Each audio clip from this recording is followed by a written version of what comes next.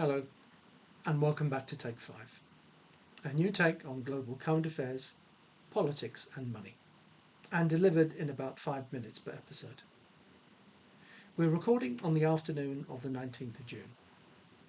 Donald Trump has signed the terms of American surrender.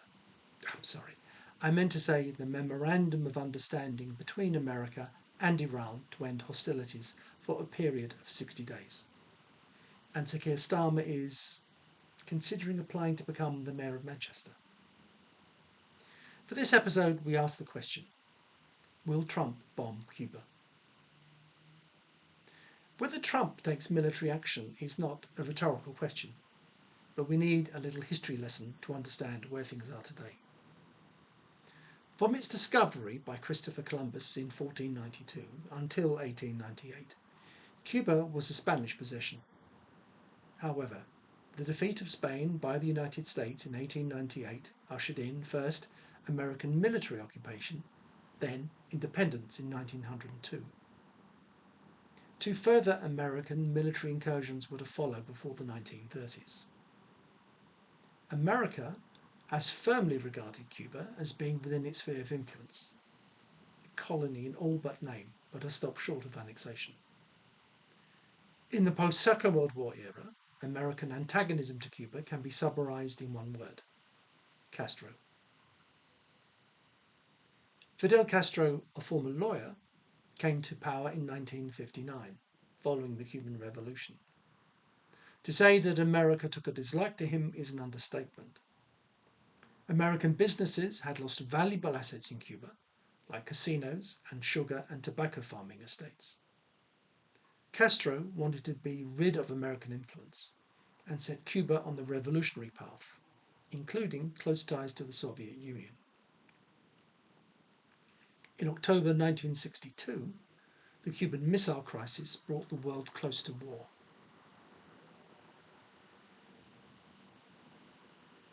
In 1968, Castro placed Cuba firmly in the Eastern Bloc, receiving huge levels of Soviet economic and military subsidies in return, until the Soviet Union collapsed in 1991. Under Soviet direction, Cuban soldiers took part in multiple conflicts in the 1970s in Latin America, Africa, and the Middle East. America has blockaded Cuba and tried to isolate it for over 60 years.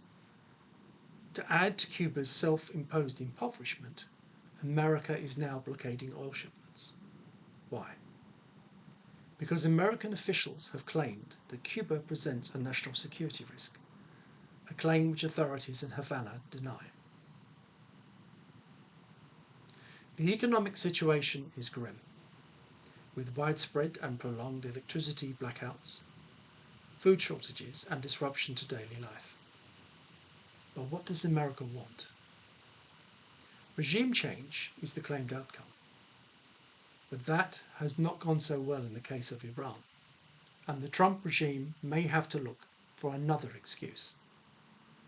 Unfortunately for Trump, Cuba has no ballistic missile program, nor is it an Islamic theocracy. The US Navy has a heavy Caribbean presence. This includes the Nimitz Carrier Strike Group and the Iwo Jima Amphibious Readiness Group. That means US Marines. And don't forget that the Americans already have a foothold in Cuba at Guantanamo Bay, a legacy of earlier military occupation of the island. Building up military power around Cuba. Warships, surveillance aircraft, fighter jets, and thousands of troops positioned across the Caribbean.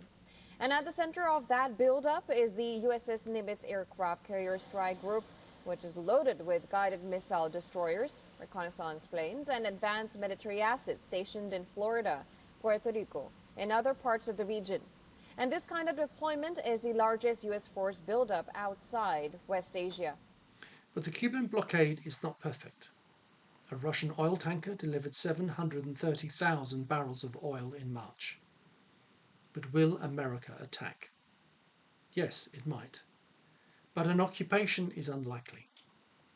Although sending in the Marines might be popular with some sections of American society, body bags returning by the hundred would not.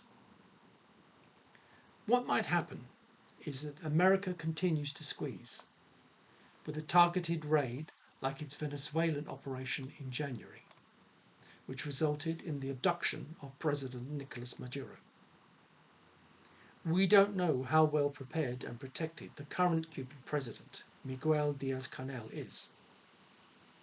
The problem for America is that there is not another Cuban leader better to dispose to the US who could take over. And Marco Rubio would not want the job. It all comes down, unfortunately, to the whim of one man.